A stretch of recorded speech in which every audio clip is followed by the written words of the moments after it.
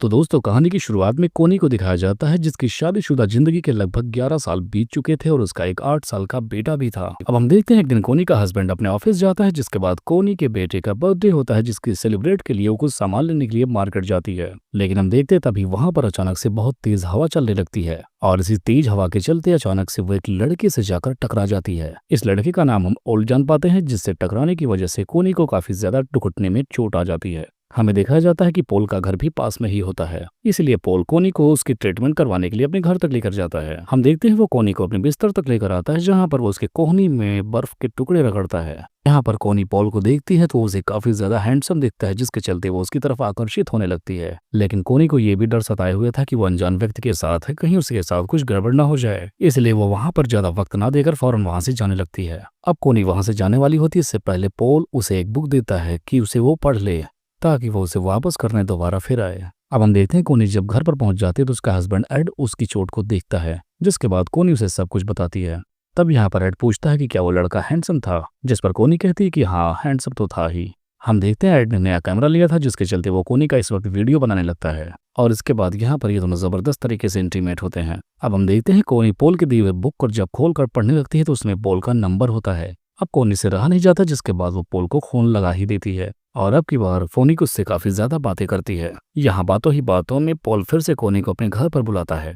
अब कोनी जब पोल के घर पे जाती है तो पोल कोनी के करीब आने का कोई भी कसर नहीं छोड़ता, लेकिन कोनी से साफ साफ मना कर देती है कि वो उसके साथ कुछ भी नहीं कर सकती। यहाँ पर पोल उसे समझाता भी है कि ऐसी कोई दिक्कत नहीं है, वो उसे कभी नुकसान नहीं पहुंचाएगा, लेकिन कोनी उसका एक भी ना सुन के वहां से चली जाती है। लेकिन उसे लौट कर फिर से आना पड़ता है, क्योंकि कोनी अपना बैग पोल के रूम में ही भूल गई थी। लेकिन अब की बार जब वो आती है तो पोल उसे जबरदस्ती पकड़ लेता है और अब की बार कोनी भी उसे रोक नहीं पाती, क्योंकि दोनों तरफ आग बराबर की लगी थी। अब यहाँ पर ये दोनों जबरदस्त रोमांस करते हैं, जिसके बाद जब कोनी अब घर जाने के लिए तैयार होती है तो उसे बहुत बुरा फील होता है, क्योंकि वो अपने हस्बैंड को चीट नहीं करना चाहती थी। अब हम देखते हैं कि ये चीजें बढ़ने लगती हैं और कई दिनों तक इन दोनों का अफेयर बहुत ही चरम सीमा पर चढ़ने लगता है। अब धीरे धीरे एड को भी कोनी पर शक होने लगता है। हम देखते हैं एक दिन कोनी जब पोल से मिलने के लिए जा रही होती है, उसे रास्ते में उसकी दो फ्रेंड्स मिल जाती हैं, जिसके बाद वो तीनों एक कैफे में जाती हैं। अब कोनी पोल को भी उसी कैफे में बुला लेती है। अब पोल के आने के बाद कोनी फौरन वहां के बाथरूम में जाती है, जिसके पीछे पोल भी जाने लगता है और हम देखते हैं कि ये दोनों इसी बाथरूम में ही लग जाते हैं। लेकिन कोनी की एक फ्रेंड ने पोल और कोनी को एक दूसरे के साथ इंटीमेट होते हुए देख लिया,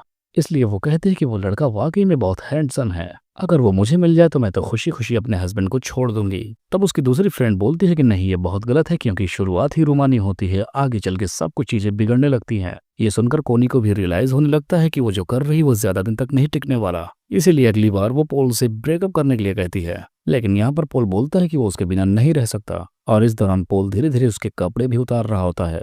दोनों एक बार फिर से इंटीमेट होते हैं। इधर हम देखते हैं एड को पूरी तरीके से अपनी वाइफ पर शक हो चुका था, इसलिए वो एक आदमी को कोनी की जासूसी के लिए हायर करता है।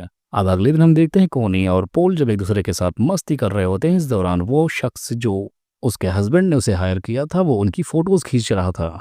अब उन दोनों की सारी फोटोज को ले जाकर वो उसके हस्बैंड एड को दिखाता है। अब एड उनकी फोटोज को देखकर काफी ज्यादा दुखी हो जाता है। एक दिन कोनी पोल को एक दूसरी लड़की के साथ देख लेती है और गुस्से में आकर वो पोल के पास जाती है और बिना कुछ पूछे उस पर थप्पड़ ही थप्पड़ बरसाने लगती है। यहाँ पर पोल उसे बहुत समझाता है कि वो लड़की बस उसकी बेस्ट फ्रेंड है, लेकिन वो नहीं मानती। लेकिन आखिरकार वो उसे ले जाकर जबरदस्ती इंटीमेट हो जाता है और कोनी भी उसे ऐसा करने से नहीं रोकती। अब अगले सीन में हम देखते हैं कि एड पोल के घर पे जाकर बोलता है कि वो कोनी का हस्बैंड है। अब यहाँ पर दोनों थोड़ी देर बातें करते हैं, लेकिन उसके बाद एड उसके बेड को देखता है और उसे देखकर वो इमेजिन करने लगता है कि वो दोनों इस बेड पर किस तरह से इंटीमेट होते होंगे। तभी उस बेड के पास उसे एक शो पीस मिलता है, जिसे देखने के बाद वो जान जाता है कि ये तो उसने कोनी को गिफ्ट किया था और अब कोनी ने इसे पोल को दे दिया है। ये देखकर एड का दिल टूट जाता है और उसे बहुत गुस्सा आता है, जिसके बाद वो शो पीस से पोल को ही मार देता है। इसी दौरान कोनी पोल को फोन कर रही होती है, लेकिन वो फोन वॉइस मेल पर चला जाता है। यहाँ पर कोनी उस वॉइस मेल पर बोल रही होती है कि वो इस रिलेशन को और ज्यादा कंटिन्यू नहीं रख सकती, इसलिए वो इसे खत्म कर रही है, क्योंकि वो अपने हस्बैंड को धोखा नहीं देना चाहती। कोनी की यह बात सुनकर एड को थोड़ा रिलीफ मिलता है, क्योंकि उसे लगने लगा मेरी वाइफ मेरे बारे में कुछ तो सोचती है।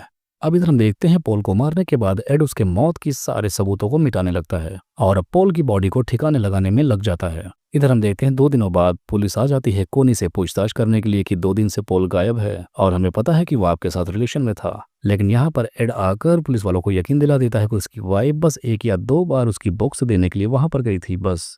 इतना सुनते ही पुलिस वहां से चली जाती है। यहाँ पर कोनी एड का सामना नहीं कर पाती क्योंकि वो नजरें चुराने लगती है। इस वजह से वो रोने लगती है। कुछ टाइम गुजरने के बाद हम देखते हैं कोनी को एड की पॉकेट से उसकी और पोल की तस्वीरें मिल जाती हैं। वो समझ जाते हैं कि एड को इस सब बारे में बहुत पहले से पता है। फिर एक दिन कोनी अपने घर में वही शो पीस देखती है जिसे उसने पोल को दे दिया था। अब यहाँ पर कोनी को अच्छे से पता चल जाता है कि पोल को तो एड ने ही गायब कर दिया है। जिसके बाद वो फौरन एड से पूछती कि आखिर पोल कहाँ पर है, क्या तुमने पोल को मार दिया? जिस पर एड बोलता है कि मैंने तुम्हें ही मारना चाहता था लेकिन मजबूरी में मुझे उसे मारना पड़ा क्योंकि मैं तुमसे इतना प्यार करता था कि तुम्हें नहीं मार सका। लेकिन तुमने मुझे धोखा दिया। तुमने एक बार भी ये नहीं सोचा कि ये बात जब मुझे पता चलेगी तो मुझ पर क्या बीतेगी। लेकिन कोनी यहाँ पर कुछ भी नहीं बोलती, बस पूरा दिन रोती रहती है। लेकिन फिर एड को पता नहीं क्या होता है। वो आकर अपनी वाइफ को संभालता और बोलता है कि वो खुद जाकर कल पुलिस वालों के सामने सरेंडर कर देगा। लेकिन कोनी उसे ऐसा करने से मना करती है। जिसके बाद लास्ट सीन में हम देखते हैं कि एड की कार पुलिस स्टेशन के बाहर खड़ी है। इसका मतलब हम यही समझ सकते हैं कि शायद एड ने पुलिस वालों को सरेंडर कर दिया क्योंकि एड एक अच्छा इंसान है। बस उससे गलती से किसी की हत्या हो गई गुस्से में। और बस इसी को दिखाते हुए इस कहानी का यहीं पर एंड हो जाता है।